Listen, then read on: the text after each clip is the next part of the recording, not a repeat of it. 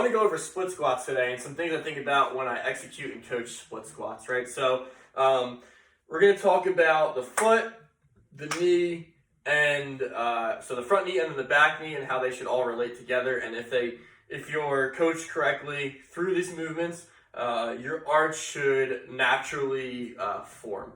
So the first thing I think about when I do a split squat is where the back leg is in regards to the middle of the body, right? So I tend to see athletes with a really, really long back leg. So their hip is guiding forward, their knee is behind their ear, and then almost they shift backwards, right? That puts a lot of stress on the front of the hip, and also puts a lot of stress on the lower back, right? So one of the things I think about is doing a lunge in the bottom of a split squat is having your knee, your hip, and your ear, and your shoulder in a straight line, right?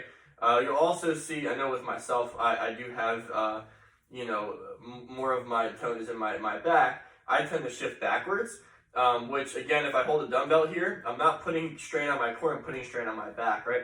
So I want to have my body almost even, my core engaged, so I'm like almost leaning over my front side.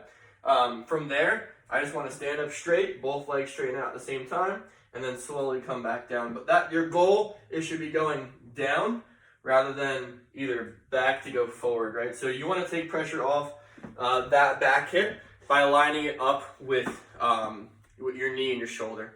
The second thing that I think about from the front side is the position of your knee at the bottom. People tend to have some type of ankle injury or some type of knee issue or hip issue when their arch collapses or their knee caves in at the bottom of a lunge, right? So the one thing about having that knee in a straight line with their hip, and their knee should be over the middle of their ankle, right? So by putting our ankle in that position, our knee in that position, it's going to allow us to create a better arch, which will help you drive to the ground a little bit better.